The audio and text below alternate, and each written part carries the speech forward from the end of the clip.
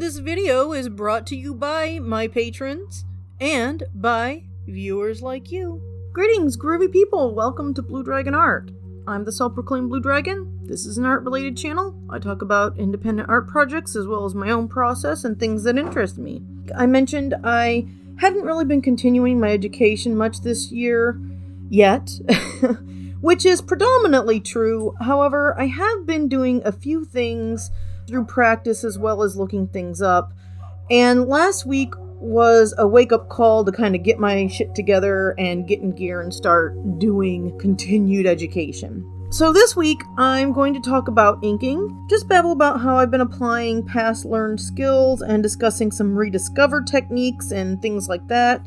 This is going to be kind of a deep dive, so yeah, just warning y'all ahead of time. So if you like, you can join me on this sojourn through my inking process. Because journey is cliche and sojourn is so much more epic. So we're going to start out with some work that I completed on Ringo Starr's birthday. Oh my gosh, that's July 7th for those of you who are not minding everyone else's business. Yes, I did walk out onto my porch and yell peace and love like a loony at noonie on that day. I'm fast forwarding through the sketching part because I want to specifically focus on the inking, and I want to have some of this hatching presented in real time so that you can see just how long it takes me to do specific sections, and then as needed I will be time-lapsing some of this footage, obviously. In the piece in the background, I've got my main character Rin. This was created for the Candid Cryptid photos that was part of like this middle spread in the Summer Comic Fury zine, the Creepy Cryptids release. When tackling this image, I wanted to have to do as little coloring as possible because I was kind of in a hurry, and really I only did this piece to fill up space because we didn't have a lot of people contributing, so I needed to put some stuff in there, you know? That's what I do. I don't really like putting my own artwork in the zines. The zine is not about my shit. I just do things to fill up space when needed. That's just gonna be totally honest with y'all on that. Sometimes I want to do a story, but usually I'm just trying to help fill up space when we don't have like a ton of people, because I want to make sure that, you know, the people who are participating are part of an actual full anthology. So I just want to kind of clarify that it's not all about me. I'm just filling in the blanks, okay? Anyway, the way that I avoid having to add too much details with coloring, adding value and tints and stuff like that, highlights, I do that sometimes by having a lot of ink and hatching and letting that do the heavy lifting. So I hatched the background. Some of it I did paint in, but the background higher up in the image is all cross-hatched, and I wanted that to indicate like, you know, kind of a dark region that you really can't see very much in. So that when I scanned it in, all I had to do was select that space and dump one solid color in the background to add a little bit of color interest, but really not very much. It was mostly just the hatching, and that kind of did the heavy lifting in that image. I could have had that all be a solid color like I did towards the bottom, you know, just paint it all black. But I wanted the detail to add visual interest. I personally like the way cross-hatching looks. I think it makes things look, well, for lack of a better word, interesting. I like the way it looks, so that's why I did it. For the main character, as I mentioned earlier, that's Rena from my free webcomic, Dark Horse. It's a post-apocalyptic magical girl fantasy, not safe for work. You can check it out at the link down in the description. I wanted to convey the illusion of motion, panicked motion specifically. My method for tackling this problem, or puzzle, I'm going to say problem. It's not like, problem always has like a negative connotation kind of tagged onto it, but problems aren't always a negative thing in my view. Problems just, you know, another word for like a puzzle. But my method for tackling this problem wasn't to just have her hair and shirt flared out with the movement, but also to add motion lines, make it very loose and sketchy so that it looks not really blurred, but, you know, so that it has those motion lines so that it looks like she's in motion. I picked this technique up from observing various manga that I read. When I have trouble conveying something, I will often find myself flipping through some of my favorite manga to get ideas and instruction on how I might portray a specific visual. Am I successful?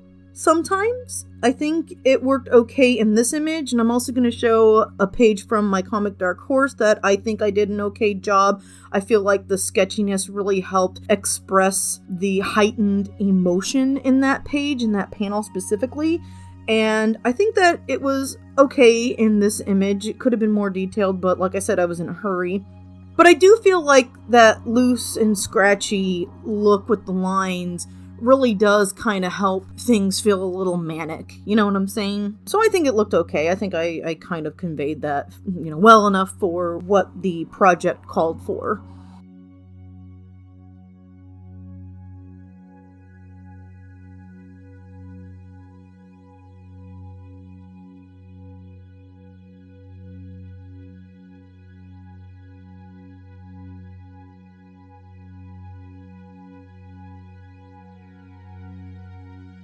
So the next sample is something of extreme inking action.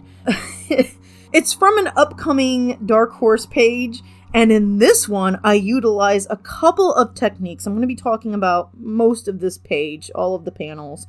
But let's start with the most tedious, I mean extreme. I could never be a voice actor. I just couldn't. I could never do it. I'm going to talk first and foremost about stippling, because that's what I'm doing in that top panel. It's the bloody stipple. I'm sorry. That's for like one of the Oasis brothers, probably Lamb, called George Harrison a bloody nipple. So like every now and then I'll just be like a bloody nipple or bloody stipple. Stipple rhymes with nipple. Okay, let me get off the boobs. I'm so sorry, y'all. Well, I guess nipples don't just have to be boobs. Okay, anyway, this is a tangent. It does not matter. So I finally have a bit of a buffer on Dark Horse pages. And that's freed me up to give me a little bit more time to work on other projects and other pages. So, of course, the first thing that I do when I have free time is fill it up with something that is super time-consuming. Like stippling. But y'all, there is nothing more satisfying to me or for me than to watch stippling in time lapse. So okay, hold on a second. Here's what it looks like in real time. And here's what it looks like time lapsed. Look at it go. Is that not just the fucking most satisfying thing to watch? I mean, to me at least it is. Everyone's got their own opinions. If yours differs from mine, then keep it to yourself. No, I'm just kidding. You can express it. I don't care. That's fine. I'm joking. But yeah, I've always loved the look of stippling and divisionism and pointillism. They're all kind of different words for like similar concepts. I would almost say that stippling is probably like it's under the umbrella of pointillism. But like I remember in high school when our teacher, who was a fucking gem, and he put up with all of my fucking gorillas artwork. Oh my god, I did like an image of 2D and Murdoch. I just drew the characters on the canvas and wrote a word, and that was my art, y'all. If I can find it, I'll share it.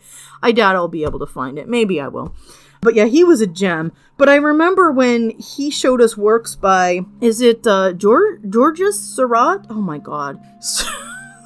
I'm awful. I could just look it up, but I don't want to. Anyway, we learned about pointillism, drawing with dots, and divisionism kind of like in tandem, especially when we were studying Seurat. But it wasn't really until college that I actually was able to connect what the difference between divisionism and pointillism is. Divisionism being pointillism plus color theory equals, oh my fucking god, that is amazing. But yeah, divisionism specifically like has a lot of color theory and stuff involved with it. I also learned in college that Seurat, regardless of all of his fucking fantastic detail, and holy fucking hell, those pieces are big. I've seen the whatever at the park, his main one that everybody knows about, I can't, it's by the river. It's a big long French title, and y'all, I'm not gonna butcher it in this video. I'm not gonna do that. But Afternoon in the Park by blah blah blah blah blah. In his time, in spite of all of his work and how fucking massive that image is, it is huge. It is huge, you guys. It is not a small piece of work. He was still criticized by, critics for his boring subject matter and composition. So I just want to kind of impress that upon y'all out there. That even though he had amazing works that were well proportioned, extremely detailed, took a lot of thought and probably time to express, he still had people shitting on his fucking work. So even the greats that we remember from history had somebody pushing up their glasses and being, well, actually, this composition is boring and the subject matter is boring. Blah. Clearly, those critics would not have liked Slice of Life. I'm just kidding. There's not, okay, it's fine. I'm shitting on the critics because they're an easy target. But on the other hand, that criticism led him to taking on like more exciting subject matters and pushing himself. He started studying like circuses and like applying that same color theory, that same divisionism, that same subcategory of pointillism, and trying to work on his composition and make things more interesting. So the critiques that he received really helped push the boundaries on something that was already a good idea, an interesting, fascinating idea, and kind of improve upon his technique and work on, look, just because I've got this skill level down, I've got other things that I can work on to make things more visually interesting, to make things more appealing, to make things more dynamic. And I mean, even as I'm looking at like, Afternoon at the Park, you can see, yeah, I mean, they are right. It's not particularly exciting. It's interesting, but it's not particularly exciting. They're all just, aside from like wondering why the fuck someone's got a pet monkey. People still do weird shit like that today. But I'm just saying, there's a lot of interesting things to look at, kind of like a Where's Waldo picture, only probably a little less exciting than a Where's Waldo picture. But, there's always room for improvement no matter how good your skill level is at specific things. So I think, and this is maybe just me musing, I should say, some of what informs my taste in art, and I do have a wide breadth of stuff that I like, okay? I'm very eclectic in my taste of just about anything and everything. And art is no exception. But I think what informs some of my tastes in art, such as Seurat in particular, is that dot matrix. How the small pulls back to show a bigger picture. It's just a sum of its parts, or I should say it is a sum of its parts. The many creates the whole. I wonder if part of my enjoyment of this type of art has any connection to like comic printing and someone like Roy Lichtenstein, and even the artist, there's an artist that I just discovered this year, Yayoi Kusuma. Oh my gosh, her works are just, oh my god, they're so visually appealing, they're so satisfying. Her works with polka dots, her installation, it's just, Series Face, it's so fascinating. And all of her artwork is very intimately tied to her and like her own mental stability. She's got something going on in her mind. I mean, we all do, but I mean, like, she's got, I don't know, like a politically correct way of saying this. She's got some kind of a diagnosis that she derives comfort in the repeating pattern of the dots, and she does like all kinds of things with it. And it's interesting because, I mean, like, it's very intimate to her. It's very tight to her psychosis. That's the word. But it's also kind of cool how she's created this shared experience by creating installations and interactive art pieces where others, the outside observer, can interact with her works. It's really fucking fascinating. If y'all have time to check her out, it's really cool. But these are all kind of tangents. I also wanted to kind of bring up like my love of the Harris Burdick, the mysteries of Harris Burdick or something. I've talked about it in a previous video. I'm not going to go into detail about it, but that was introduced to me in like 6th or 7th grade, I think 6th grade, by my language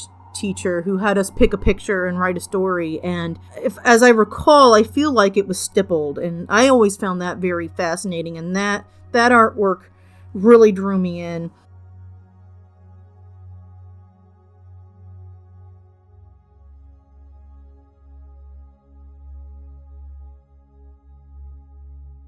And, of course, the ever impressive MC Escher, which I was just talking about this past weekend with my partner. I mean, lots and lots of people are inspired by and love Escher's works. I could talk about the stairs. I could gush over his repeating patterns, which are really cool too. But my absolute favorites are the hand with reflecting sphere and drawing hands. There's something incredible, just something that's very alluring to me in these works specifically. I had an art book from like Barnes & Noble of his stuff. I don't know where. I probably had to take it to Half Price Books and get money for it before we moved to Oregon, because I don't know where it is now. We might still have a copy of it. I think Brad might have had a copy of it. Maybe he does. I don't know. I'll have to check our bookshelves. But at any rate, drawing hands in particular, I've, dare I say it, been drawn to these works a lot in my life.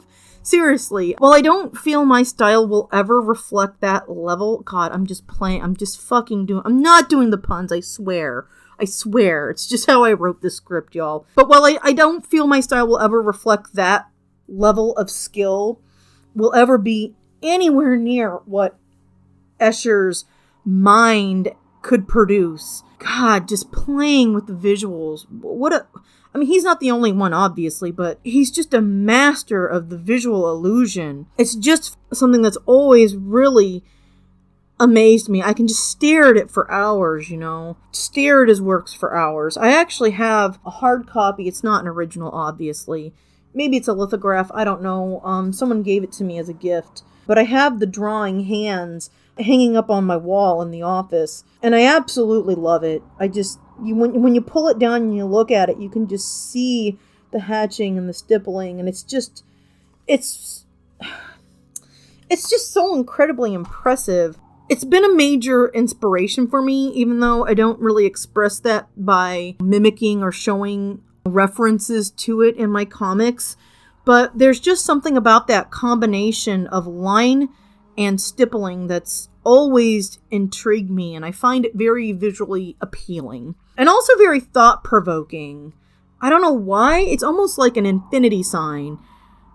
Or not sign, but symbol. An infinity symbol. You know what I'm saying? Especially that drawing hands. It's never ending. It's not complete, and it's never ending. It's something that's one of the great things about art, is especially when you can sit down and either sit with yourself or sit with somebody else and kind of have these conversations about what speaks to you about specific pieces. I think that's one of the things that I really like about Escher, because we see it referenced in so many things, from Labyrinth to Ulysses 31. Oh my God, that's one of my favorite animes, you guys. Serious Face. I should talk about that sometime.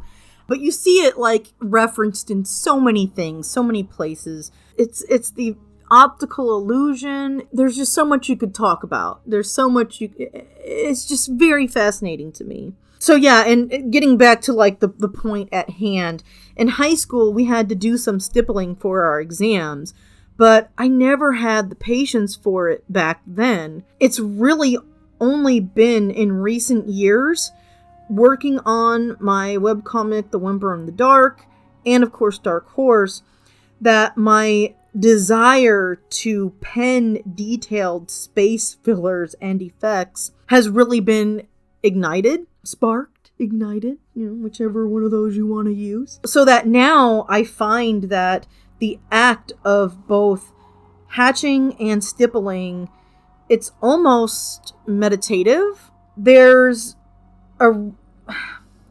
repetition that allows the mind to wander while still focusing on like the work at hand, the being there. You're physically present, but while you're doing what you're doing, like, it's something where I can hyper focus on it, or I can allow my mind to wander and think about, different ideas for where the comic's going to go, or different scenes, and or what's happening in the present panel. I can kind of like allow myself to fall into the scene of what's happening. And, maybe I'm not very good at expressing that through the comic itself, but at least for my crazy mind, I can kind of watch it like it's unfolding in my mind when I'm working on something so repetitive. I don't know if any of that makes any sense. I just really enjoy breaking down the larger space into smaller spaces and filling them. In fact, now I'm going to get a little heavy in this next section. So if you've lost a loved one in recent years and you find someone discussing caring about a loved one in their final days, months, distressing or traumatic, if that's a trigger for you, please skip ahead to this timestamp, because I want to kind of talk about something that in my personal life relates to how I tackle things in a way. So trigger warning, skip ahead to here if that's going to bother you seriously. But I think one of the boons of stippling especially is that it has forced me, as well as other things in my life, jobs and stuff, obviously.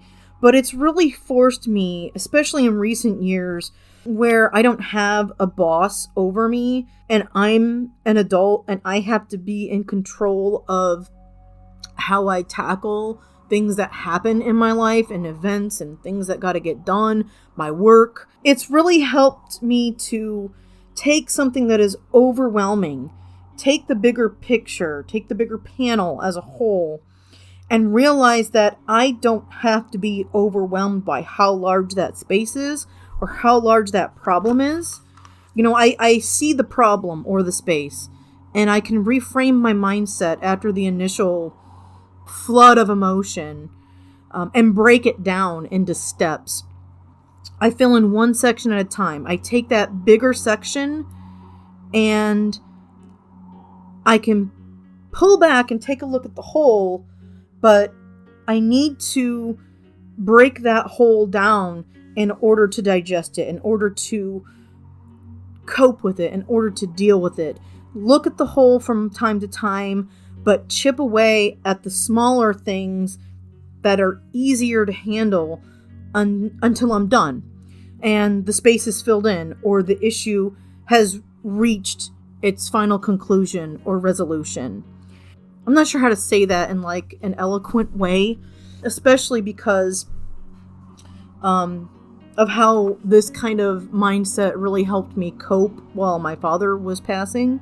I'll talk about that in a minute, but I like how slowing down has made me have to rethink how I address the day to day. This without going into the gritty detail of, the things that had to be done day to day, especially towards the very last weeks of my father's, final months. It really helped me care for him during that time, because you really have to detach from the bigger picture in order, not so much detach, but if you're only looking at the bigger picture, you can't focus on the finer details of keeping someone comfortable, of having to do these specific tasks, because you're too overwhelmed by the flood of emotion of what the end is going to be, if that makes sense. If I only focused on that sadness, on that situation, I would have broke down and not been able to function. Because it's so overwhelming. Because it's not something that I don't need to express, what loss is. But the process, it's not just, sometimes people have gone very quickly, and that's a whole other way. That's a whole other thing that you have to do to deal with that. But when it's a slow decline, it's every day. You know what I'm saying? And it's for a long period of time. And if I let that overwhelm me, which it did sometimes, but I wouldn't have been able to do what I needed to do to help my mom and sister care for my dad, because we were all kind of doing different things to care for him. What I found was the way that I personally was able to cope with the here and the now was to break the day down into steps. I had a schedule.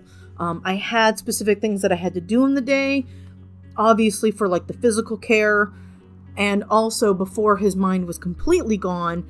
And even in his final days, I was reading to him one of the books that he read to my sister and I when we were kids. I had things kind of honed down to a schedule, and I took the bigger piece of the day, of the weeks, of the time there, the travel. Each thing I take step by step. I get to the airport. I get to the CTA. I get to the Amtrak. I get home. I do this. I do that. If I didn't break all that down and just focus on one task at a time, then I wouldn't have known what to do. I would have just been overtaken by sadness, if any of that makes sense. Now, this may not work for everyone. I can only speak in terms of how I apply and relate life to art, but it is, in a way, methodical. In some ways it's detaching, but it's also, in other ways, just making sure that you have the wherewithal to get things done that need to be done. This method really helped me in numerous large life events. Between moving and figuring out how to work on my own, how to be my own boss, how to actually complete projects that I have. Something looks so daunting. My comic is huge. It's daunting. But if I focus on the big picture and then cut it down into smaller pieces, I'm doing one chapter at a time. I've scripted out to this. I rewrite. I'm doing the thumbnails. I'm doing the pages. I'm doing the panels. You see what I'm saying? You take something that is super large and you start with a simple task. You start at the beginning. You start with that first step. And again, these might be methods that don't work for everyone, but when this way of kind of viewing things finally clicked for me, it made getting my work done so much easier. I like to make lists, but I also kind of fall off the wagon of making lists sometimes. Recently, I'm getting back into making my lists, but I have things broken down in a specific way, and that helps me tackle the bigger picture. I have this that I got to get done, but I'm going to focus on this is what I'm doing in the month, this is what the week, this is what the day, this is the task that I'm at now. So it helps me be here now and work on the small while also working towards the big. And that, my friends, is how you overbloat your art process and prepare yourself for over-explaining your art to others. It will help you if you ever have a show and an exhibit. Okay, no, I'm just kidding there. I'm being a cynical asshole towards myself. Sometimes when I'm talking about something seriously, I get a little too intense, so I gotta pull back and kind of self-deprecate and stuff, just kind of bring it back to the reality, Because you don't want to get too grandiose, you don't want to have too big of a head. You also want to just enjoy the process and the talking of things. But it is getting a little too heavy in here, so let's move along to the next ink technique that I employ on this page. Okay, actually, no. I'm not going to talk that much about filling in Shimiko's black hair with the ink. That's pretty self-explanatory. The only thing that I will say is that could I use the fill bucket tool to make Shimiko's hair black once I get it, scanned in and in my program? Yes, I could. Would this save me more money on ink? Yes and no. Definitely would save me time. Would it save me on ink? I'm technically using up the last of a spent bottle of Sumi ink that I had. There wasn't really enough to dip my pen in, so I've had to add water to this to kind of thin it out a little bit because it also got really thick and was kind of gloopy. So, I mean, you could say that I'm wasting ink, but really I'm just scraping the last of the peanut butter out of the jar.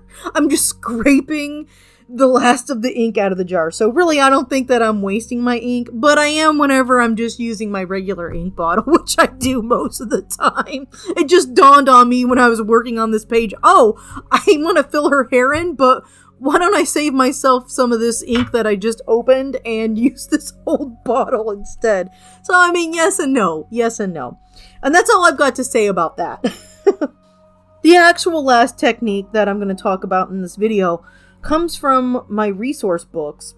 So I've been dabbling in my Alfonso Dunn pen and ink drawing workbook. I have the actual textbook, the actual instruction book, but this year I finally ordered and picked up the workbook, which is really helping me gain a greater control over my pen strokes and my stippling, my dots.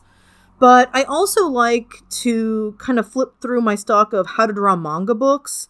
These actually may be out of print now. I'm not sure. I feel like I've seen some of them on Internet Archive, and if I can find them, I might drop them in the description so that y'all can check them out if you want. But I've actually been reading some of them this year. Specifically, right now I'm working on how to pen and ink manga, and I'm taking notes on it so that I can kind of do an overview similar to the Manga in Theory and Practice, only probably much more abbreviated than that. But right now, for this specific panel, I'm relying on the How to Draw Manga Occult and Horror edition. I was trying to add some visual interest to the rest of that final panel, and considering what type of fae is actually speaking in that panel, I really wanted her to be just as eerie, kind of on the same level as Shimiko, because Shimiko presents herself as like a 12-year-old, but she's really not. And I like to kind of make her creepy. I mean, not that kids can't be creepy sometimes. So can adults are creepy too. But you know what I'm saying, like that specific, I'm sure there's a specific genre where the kids are kind of creepy, right? Village of the Damned, you know, that kind of thing. But I wanted this specific character who is not the same as Shimiko, but is a nearly, if not immortal being like her. They're kind of having like a slight face-off in this scene a little bit, and I wanted something that was effective at making that character seem creepy, that I haven't really, overdone. I didn't want to reuse the same techniques over and over. I wanted to kind of try something new. And then by flipping through this book, I remembered, I have sponges back from college. Like, when I was in college, I took ceramics, several courses, technically what I majored in. I'm worse at ceramics than I am at drawing, y'all. Just to let you know. I figured that I could use this to recreate that spooky area effect that kind of mirrors the gauze and ink technique that's employed in the book. Because I didn't have any gauze, and the gauze that we have is like specifically in our camping gear in case we have like some kind of accident. It's in our first aid kit. So I didn't want to waste our gauze on this, especially when I had those sponges, and I figured that it could work just as well. And let me tell you, this technique was really freaking fun. I had to do some prep work, but I found that this was like the perfect chance to test out this Frisket mask liquid. This is not sponsored, by the way. I got this masking liquid from Dick Blick. I had to order it online. I was first introduced to this product when I was taking student-at-large classes at NIU. As an employee, I was able to take free classes. I only had to pay for like the materials fee. And we got to use some masking liquid during our watercolor section. I really liked it. I really liked the possibilities of what I could do with this. And so I thought that there were some cool experiments that I could try if I could get my hand on some of this stuff. But I put off buying it for years because I don't always order things online, and I hadn't been able to find it anywhere in person. And I specifically needed the Dr. P.H. Martin's brand because that and maybe one other are the only ones that have been checked off as actually being confirmed vegan. Not that every tool that I have obviously is vegan, but in my newer purchases, I'm really trying my hardest to avoid animal products where I can. I finally broke down. I was like, you know what? I really want this shit. I'm gonna look it up, and Dick Blick had it. So I ordered it, and I've just been sitting on this bottle for like a couple months now. So this was like the perfect opportunity for me to experiment with the masking liquid and see if it's comparable to what I remembered from college. And holy shit, this stuff is amazing. It really worked well on that Bristol board. So, gotta let it dry, obviously, but once it was dry, I was able to use the Sumi ink with the sponge and try this technique out. And as you'll see in the video, it peeled off perfectly. It didn't peel up the page. It didn't like seep ink underneath it. It actually worked. I don't know, man. There's a lot of things that I could play with this masking liquid. I don't know. We'll see if I have time to play around with it. But it's just another tool in my arsenal now, and I've been stoked to try it for a long time. At any rate, this inking technique was so incredibly easy, but it was also very satisfying, and it creates what I feel is a very cool effect. I definitely need to employ this more. I haven't done this specific blotting technique since the opening of Dark Horse, back in like the prologue, I think is the last time I used it, and at that point I hadn't even thought about my sponges, so I had just used like paper towel and ink to do that. With practice, I think that I could do something really cool with this technique. Maybe layer it and combine it with some other stuff, but I don't know. We'll see if I remember it again and experiment with it more. As it stands, I think that the finished page turned out pretty cool. I'm gonna take the text off because I don't want to like spoil what's gonna happen in the story. But I do want to show you that I was experimenting in other ways too, partially inspired by reading that How to Pen and Ink manga that I've been reading. Okay, so the thing that I really want to kind of hit home with this video is how through these ink techniques I've been learning a lot. And it's not just, a lot for like my art skills growth. That's obviously a part of it. But kind of in some ways, it helps discover more things about myself. And I think that's true for like a lot of artists, even though we don't always maybe have time or even the thought to reflect on that. We only, as a people, quite often, and I'm not saying we only do this, but I would say the majority of people that I know that aren't artists themselves and aren't like super like interested in art, they like pretty pictures, but they aren't like interested in the process. This is what my broad generalization is kind of speaking to. I think that we most often take art in as the finished piece, as the finished product quite often. And I'm using product very specifically because sadly, in recent years, the product is all that some people care about, mass producing images to look at. And it's not art. I'm specifically speaking to AI generated images that people are trying to pass off as art, but it's not. The layman, aside from like, installation art and happenings, where you can maybe get involved with the actual piece as an active participation, people outside of the artist getting to be a part of the art piece. For the most part, when a bystander is taking in art, it's usually through the finished piece, right? And they're not, some people, again, these are generalizations, they're not necessarily thinking about the process. Now, something like stippling and hatching, I think, kind of evokes that thought process.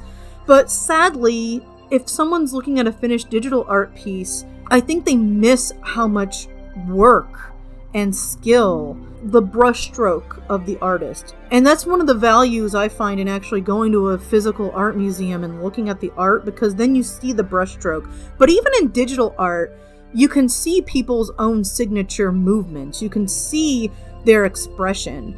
And that's something that when I think a lot of people are looking at like a digital print or something, they don't see all the layers. They don't see each stroke that the artist has created.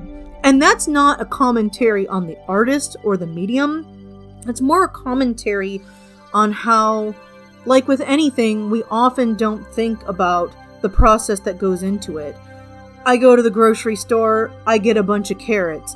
I don't think about necessarily the person who has planned out the plot, the person who has driven the machine to plant it, the person who has literally gotten down on hands and knees to pull the bunch of carrots out, tie them together, bind them together, put them in the bushel or the bin or whatever. You know what I'm saying? I mean, I'm talking specifically about art, but I'm trying to relay it to something that is maybe a little less self-absorbed. We don't always think about like the whole process of how things get to us. The Amazon worker in the warehouse, the person delivering it, the person packaging it. Sometimes we might think about that, but we don't always think about that process on how we get the finished product. And I think in talking about this and seeing something as visual as like pointillism, that makes it very in your face that somebody has put down a dot and somebody has put down another dot.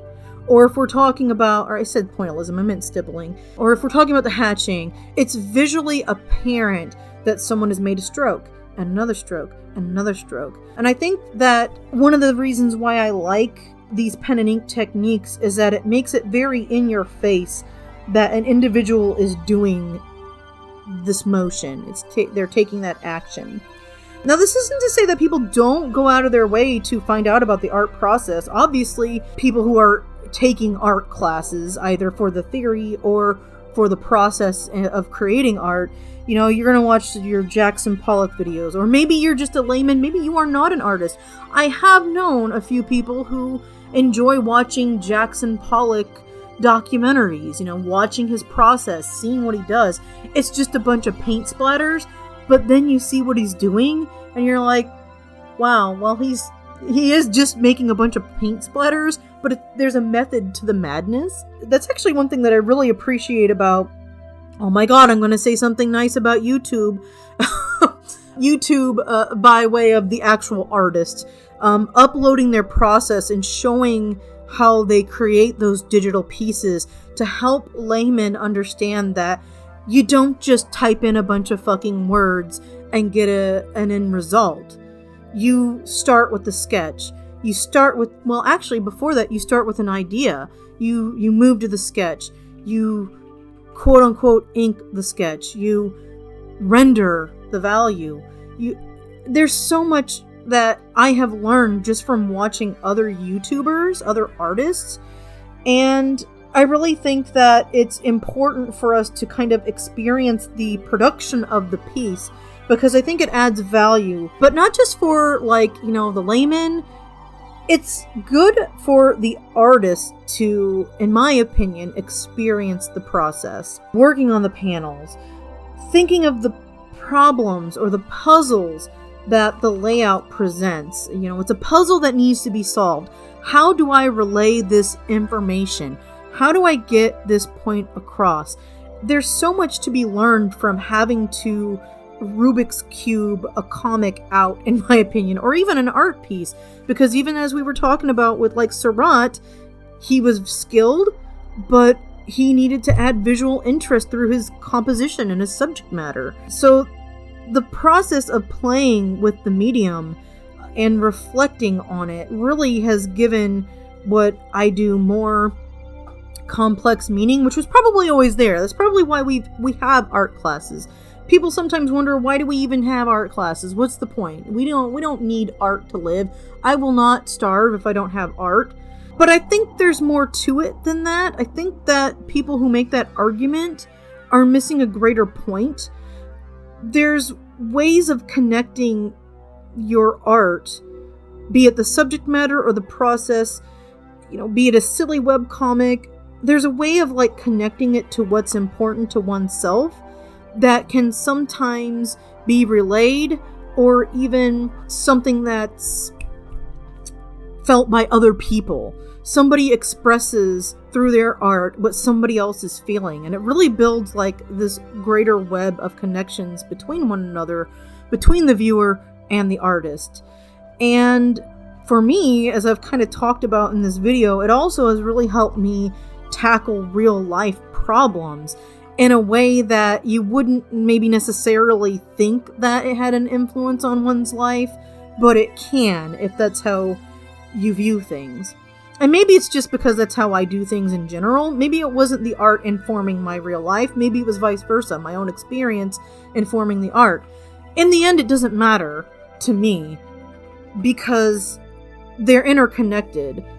And either way, whether it's the chicken or the egg that came first, they're both important, and you can have meaningful discussions about it.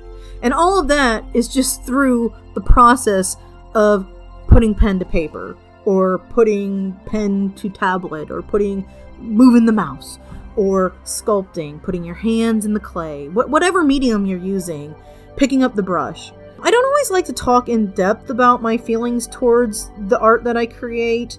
I don't usually like to scratch deeper than the surface level.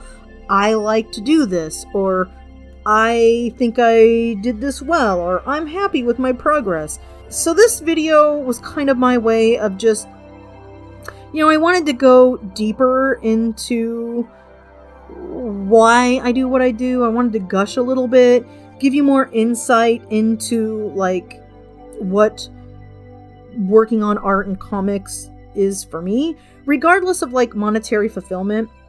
Obviously, I want to share my work. I share my work for free, but obviously I want to share my work, and yeah, I would like to make some money off of it. I definitely do. Don't let me paint myself out to be like this giving saint. That would be a lie. I do want to make money off my stuff. But what's paramount to all of that, regardless of what level of professionalism I reach, I do this for myself. I was doing it before I even started sharing stuff online, before I would even share it with other people. I have so much art that I just did for myself. Illustrations for stories that nobody else has read. It's for me. And if I can share what I do and connect with other people, that's great too, because maybe it's going to inspire them and demonstrate to them that regardless of like their popularity level or their skill level, your art, my art, it's valuable. And am I just like doing this video and rambling to convince myself, by expressing it verbally on a public platform?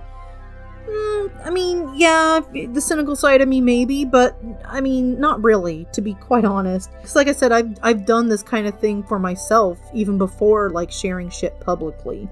I've kind of felt this way for a long time about art, but I've never been able to really articulate it, or I've never even taken the time, I suppose, to articulate it. But it's why I shared even like my worst pages. Even if I've replaced them since, I can show you some of the early pages and what I've replaced them with. And even then, I'm not happy with the replacement pages. Eventually, I'm going to do a video on failure and rejection, because I want to say and kind of delve a little bit deeper into this concept, is that it's okay to make art that you're not happy with, or that others aren't happy with. Maybe you're happy with it, but other people are criticizing it. Sometimes it's not just about getting the finished product. Sometimes it's about the process. Sometimes it's about the problem solving. Sometimes it's about how you feel as you do it, or just getting it out, or what you learn along the way. The finished art is wonderful. Having the finished product is it's a testament to your tenacity to complete something or not complete something. There are people like Degas who were never happy with what they did and were constantly fixing or reworking and the like. But it's the doing that's important sometimes. I think we get kind of bogged down with what the finished product is, and not always, but I think sometimes we forget that it's the doing and the process and the sojourn. And that, my friends, is why, in part, I waste my free time with the tedious task of hatching and stippling. Okay, plus I think it looks pretty goddamn cool, and that gives me some visual enjoyment and a sense of accomplishment, so, yeah. Okay, that's all I've got to say about that. So, that was a really bad Tom Hanks, y'all. Thanks for watching. Peace and love, fare you well, and keep on trucking.